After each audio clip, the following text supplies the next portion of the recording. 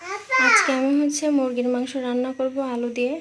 কড়াইতে আমি সরিষার তেল দিয়ে দিয়েছি, এখন দিয়ে দিচ্ছি পেঁয়াজ।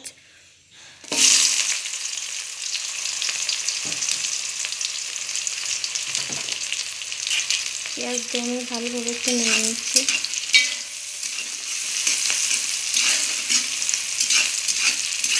পেঁয়াজটাকে আমি লাল লাল করে ভেজে নেব।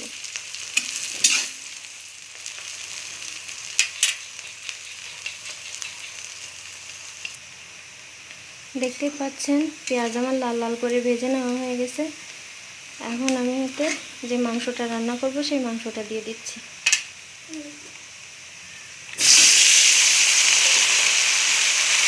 নেড়ে নেব।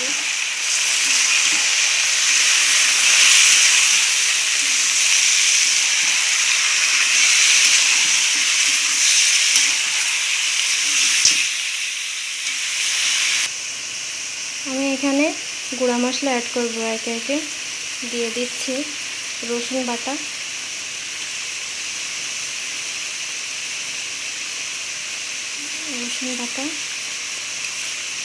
এখন দিব আদা বাটা, অল্প করেই দিচ্ছি, লবণ,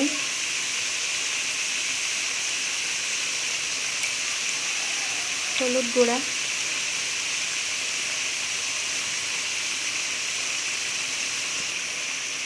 এখন দিব মরিচের গুঁড়া,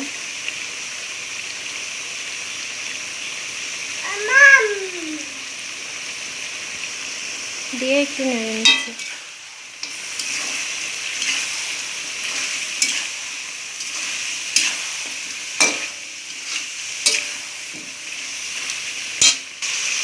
আমি জিরা বাটা দিতে ভুলে গিয়েছিলাম, আমি এখন জিরা বাটা দিয়ে দিচ্ছি,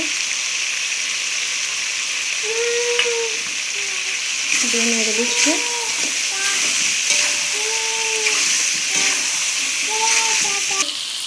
মাংসটা ভালোভাবে কষানোর জন্য আমি একটু পানি দিয়ে দিচ্ছি, সামান্য দেব,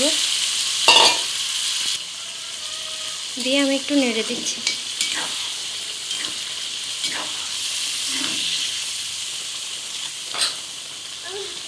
এবার আমি ঢাকা দিয়ে 20 মিনিট জাল করব। দেখতেই পাচ্ছেন আমি কিন্তু ভালোভাবে অফ ক্যামেরায় মাংসটা ভালোভাবে কষিয়ে নিয়েছি। এখন আমি এটাতে অ্যাড করে দেব গরম মশলা। গরম মশলাটা আমি রান্নার মাঝেই অ্যাড করি, আমার কাছে মনে হয় যেন এটাতেই বেশি ভালো ফ্লেভার আসে,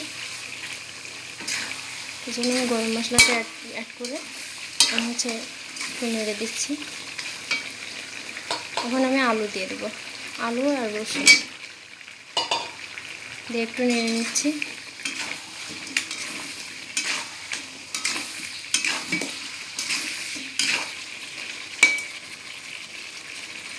আমি ঢাকা দিয়ে দেব।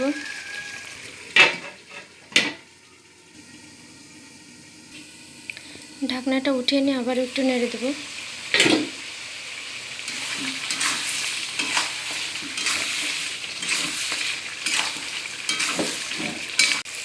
মাংস কষানো হয়ে গিয়েছে, এখন আমি ঝোলের জন্য পানিটা দিয়ে দেব।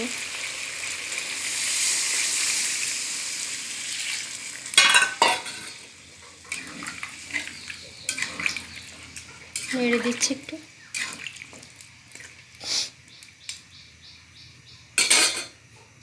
এবার আমি ঢাকনা দিয়ে ঢেকে দিচ্ছি। চুলায় কিন্তু দেখতে পাচ্ছেন বেগুন দিয়ে পার্শে মাছ রান্না করছি, তো সেটাই এখানে আছে আর কি। দেখতে পাচ্ছেন মাংস কিন্তু বলক চলে এসেছে। আমি এভাবে জাল করব কিছুক্ষণ ঢাকনা দিয়ে। আরও ঢাকনাটা উঠিয়ে নিয়েছি, আমি মাংসটাকে একটু নেড়ে দিচ্ছি।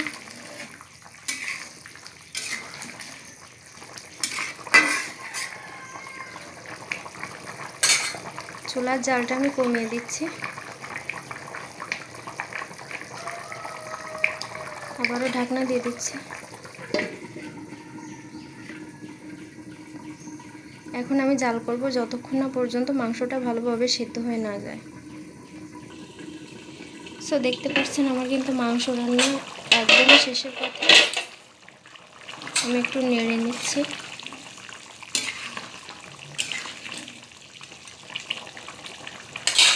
এখন আমি চুলার জালটা অফ করে ঢাকনা দিয়ে ঢেকে দিচ্ছি।